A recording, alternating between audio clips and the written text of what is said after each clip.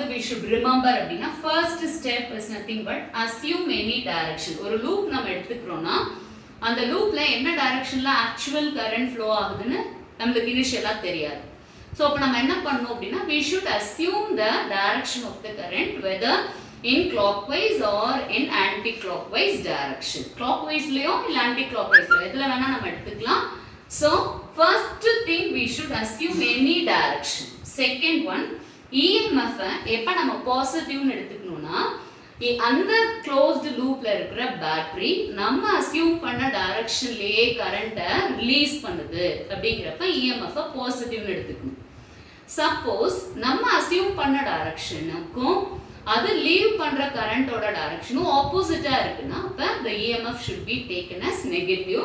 So EMF is positive if assumed direction leaving from positive terminal of the battery. Okay, next one IR, product of currents and resistance னு ஒரு term நான் சொல்லிருக்கேன்.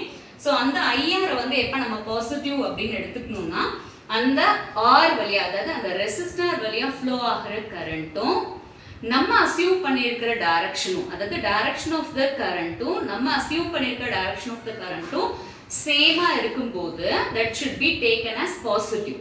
If both are opposite means that should be taken as negative. Okay, so these steps we should remember while applying. You can understand these concepts. So இந்த மூணு ஸ்டெப்பும் நம்ம ஞாபகம் வச்சுக்கிட்டு தான் we can apply the second rule. Okay, so இப்ப பாருங்க இதுல மூணு லூப் இருக்கு. ஒன்னு A B C E F A.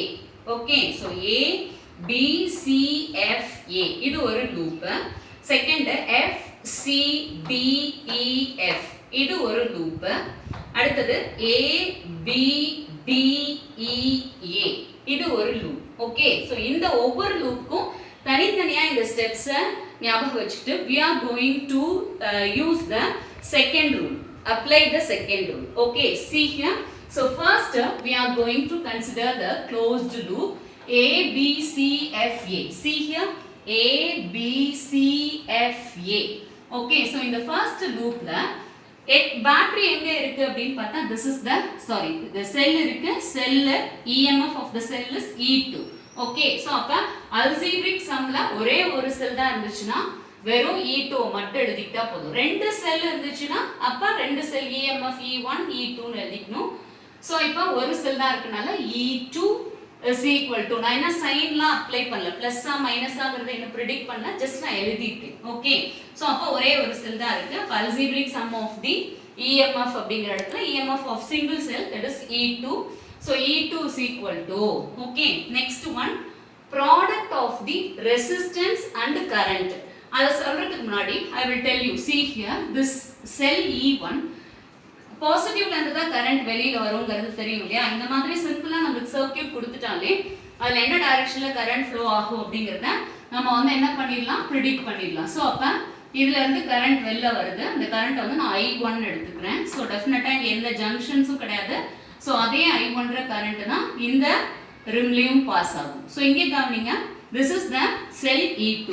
so what is the current come out from this I2. okay, so இங்க I2 ன்ற கரண்ட் உள்ள வரும். so see here, இந்த இடத்துல ஒரு ஜங்ஷன் இருக்கு. அப்ப I1 ன்ற கரண்ட்டும் ஜங்ஷனுக்கு டுவர்ட்ஸா போகுது, I2 ன்ற கரண்ட்டும் ஜங்ஷனுக்கு டுவர்ட்ஸா போகுது. அப்ப இது ரெண்டும் சேர்ந்துச்சுனா டெஃபினட்டா கரண்ட் வந்து வேற ஒரு வேல்யூ தான் இருக்கும். அதனால that is considered as I3. okay, so அப்ப இங்கேயும் I3 தான். இந்த I3 உள்ள போயிட்டு இந்த ஜங்ஷன்ல இருந்து என்ன ஆகும் அப்படினா வெளியில வரும். சோ வெளியில வரும்போது இந்த லூப்போட கரண்ட் I1 ஆகும், இந்த லூப்போட கரண்ட் I2 ஆகும் மாறிடும். சோ அப்ப இது வழியா என்ன கரண்ட் வரும்னா that is I2.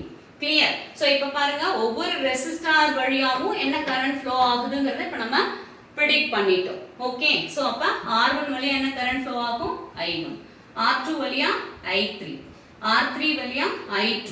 Okay, and arrow mark வந்து நம்ம இந்த பேட்டரியோட டைரக்ஷனை வச்சு பேட்டரியோட பாசிட்டிவ் அண்ட் நெகட்டிவ் டெர்மினலை வச்சு நம்ம arrow mark draw பண்ணிருக்கோம். இப்போ நம்ம ஃபர்ஸ்ட் என்ன பண்ணனும்னா first step assume any direction. இப்போ நான் கன்சிடர் பண்ணிருக்கிறது இந்த loop A B C F A. இந்த லூப்ல ஏதாவது ஒரு டைரக்ஷனை அஸ்யூம் பண்ணிக்கணும். clockwise நோ இல்ல anti clockwise நோ. சோ இப்போ நான் என்ன பண்றேன், clockwise. இந்த arrow mark இங்க நான் அந்த இடத்துல போட்டுருக்கிறது இந்த லூப்ல நான் clockwise-ல current flow ஆகுதுன்னு assume பண்ணிக்கிறேன். ஓகே, clockwise-னு நீங்க assume பண்ணிக்கலாம், anti clockwise-னு assume பண்ணிக்கலாம். அதனால ஈக்குவேஷன் மாறாது. ஓகே, சோ ஃபர்ஸ்ட் வந்து நான் clockwise-னு கன்சிடர் பண்ணிக்கிறேன். ஓகேவா? சோ இப்ப பாருங்க, second one EMF is positive. Okay, if assumed direction, அதாவது நம்ம assume பண்ண directionலயே அதுல இருக்கிற செல் வந்து கரண்ட்டை ரிலீஸ் பண்ணுச்சுன்னா அப்ப அத பாசிட்டிவ்னு எடுத்துக்கணும். இப்ப பாருங்க, நம்ம அசியூம் பண்ணிருக்க டைரக்ஷனும் செல் ரிலீஸ் பண்ற கரண்டோட டைரக்ஷனும் ஒண்ணா இருக்கு. அப்ப E2 அப்படிங்கற இடத்துல we should use positive. Okay, so அப்ப EMF க்கு எப்ப பாசிட்டிவ் போடணும்னு இப்ப புரியுதா? நான் அசியூம் பண்ணிருக்க டைரக்ஷன் clockwise, அதே clockwise-ல தான் இந்த செல்லும் கரண்ட்டை ரிலீஸ் பண்ணுது. சோ அத பாசிட்டிவ்னு நம்ம எடுத்துக்கிறோம். ஓகேவா? that is equal to product of the current and resistance in this loop. னா இந்த லூப்பை பொறுத்த வரைக்கும் ரெண்டு ரெசிஸ்டார் இருக்கு. இத பாருங்க, இந்த ரெசிஸ்டார் வழியா போற current I2 R3.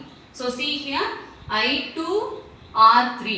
okay, and இது பாத்தீங்கன்னா இந்த லூப்ல இன்னொரு ரெசிஸ்டார் இருக்கு R2 I3. so see here this is R2 I3. இப்போ இது பாசிட்டிவா நெகட்டிவாங்கறத நம்ம predict பண்ணோம் இல்லையா? so see here நான் assume பண்ணிருக்க டைரக்ஷனும் இந்த R3 வழியா I2ன்ற current flow ஆகிற டைரக்ஷனும் ஒண்ணா இருக்கு. அப்ப this should be positive. so இதுக்கு பாசிட்டிவ். அடுத்து இங்க பாருங்க, நான் assume பண்ணிருக்க டைரக்ஷனும் இந்த R2 வழியா I3ன்ற current flow ஆகிற டைரக்ஷனும் ஒண்ணா இருக்கு. clockwise-ல தான் flow ஆகுது. so that also should be taken as positive. so this is the equation with the help of the second rule I formed for the loop A, B, C, F, A. இந்த லூப்புக்கு இப்ப second rule apply பண்ணி இப்போ நான் equation form பண்ணிட்டேன். எதெல்லாம் positive எதெல்லாம் நெகட்டிவ்னு நான் check பண்ணும்போது எல்லாமே எனக்கு பாசிட்டிவ்னு வந்திருக்கு. ஏன்னா நான் அசியூம் பண்ணிருக்க டைரக்ஷன்லயே தான் எல்லா இந்த மூணு ஸ்டெப்ஸையும் யூஸ் பண்ணும்போது அதே டைரக்ஷன்ல இருக்குன்னா பாசிட்டிவ்னு எடுத்திருக்கேன். ஓகே, அடுத்தது என்ன லூப் எடுத்துக்க போறோம்னா closed loop F C D E F. இந்த லூப் எடுத்துக்கிறோம். so இந்த லூப்ல எத்தனை செல் இருக்குன்னா இதுலயும் ஒரே ஒரு செல் தான் இருக்கு. so what is the EMF of the cell? இதுல நான் ஒரு டைரக்ஷன் அசியூம் பண்ணிக்கணும் இல்லையா ஃபர்ஸ்ட் ஸ்டெப்பா? so இதுல நான் ஃபர்ஸ்ட் ஆன்டி கிளாக்வைஸ் டைரக்ஷன்ல கரண்ட் ஃப்ளோ ஆகுது அப்படினு சொல்லிட்டு அசியூம் பண்ணிக்கிறேன். அப்ப ஆன்டி கிளாக்வைஸ் டைரக்ஷன்லன்னு அசியூம் பண்ணிட்டு இந்த செல் எந்த டைரக்ஷன்ல கரண்ட்டை ரிலீஸ் பண்ணுதுன்னு பார்க்கறேன். அதுவும் ஆன்டி கிளாக்வைஸே தான் இருக்கு.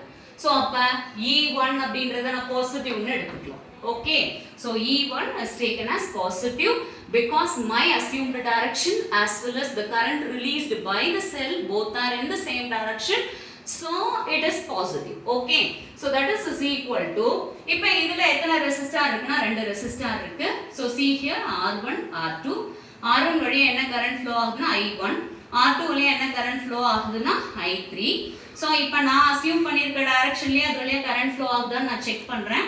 so see here இது ஆன்டி கிளாக்வைஸ் டைரக்ஷன்ல இந்த லூப்பை பொறுத்த வரைக்கும் ஆன்டி கிளாக்வைஸ் டைரக்ஷன். சோ அப்ப இது பாசிட்டிவ் தான். நான் அசியூம் பண்ணிருக்க டைரக்ஷனும் ஆக்சுவல் டைரக்ஷனும் ஒண்ணு.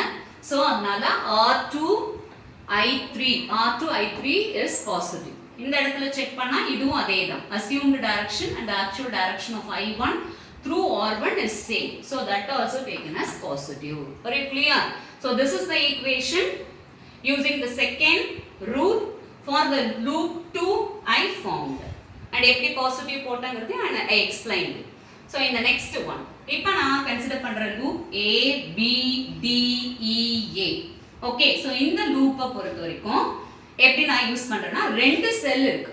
இப்போ நான் அல்ஜிப்ரிக் சம்ம நான் கன்சிடர் பண்ணனும், ஒரு டைரக்ஷனை நான் அசியூம் பண்ணனும். சோ இப்போ நான் என்ன பண்றேன் அப்படினா இந்த டைரக்ஷன் இந்த லூப்ல கிளாக்வைஸா வந்து கரண்ட் ஃப்ளோ ஆகுது அப்படினா இல்ல anticlockwise or anticlockwise அப்படினா எடுத்துக்கலாம். கிளாக்வைஸ்னு நான் கன்சிடர் பண்ணிக்கிறேன். ஓகே, சோ கிளாக்வைஸ்னு கன்சிடர் பண்ணிக்கிறேன். சோ see here இப்ப E1 E2 ரெண்டு செல் இருக்கு. இப்ப சிம்பல் தான் நான் போடணும், பாசிட்டிவா நெகட்டிவாங்கறத. சோ see here ஃபர்ஸ்ட் இதுக்கு நம்ம சிம்பல் போடலாம். நான் கிளாக்வைஸ்னு கன்சிடர் பண்ணிருக்கேன், இதுவும் கிளாக்வைஸ்ல ரிலீஸ் பண்ணுது.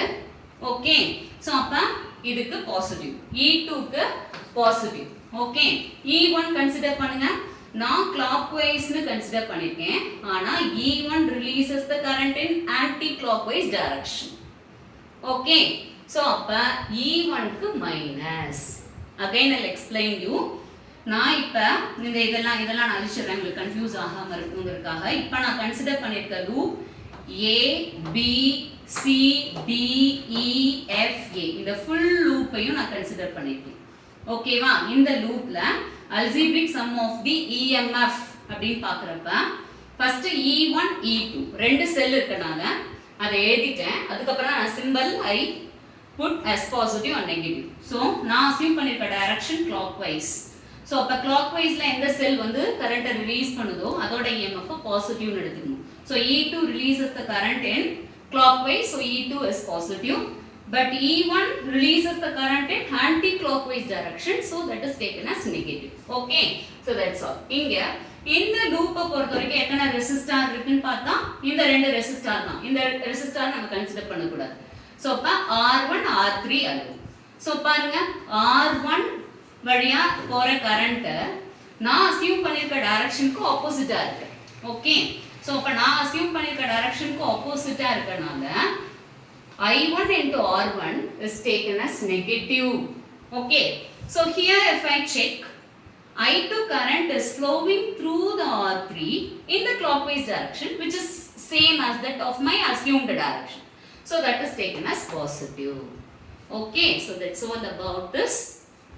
So இப்போ நம்ம என்ன பண்ணிருக்கோம் பாருங்க. இதுல algebraic sum of the EMFs in a closed loop is equal to the algebraic sum of the product of the resistances and corresponding currents flows through them. That is the second rule. I applied that and write an equation here. By solving these equations, I can get the value of current that I will explain you in the next video. Okay, so problem solving part la I will explain you. இன்னும் உங்களுக்கு clear-ஆ இந்த concept புரியும். Okay, thank you.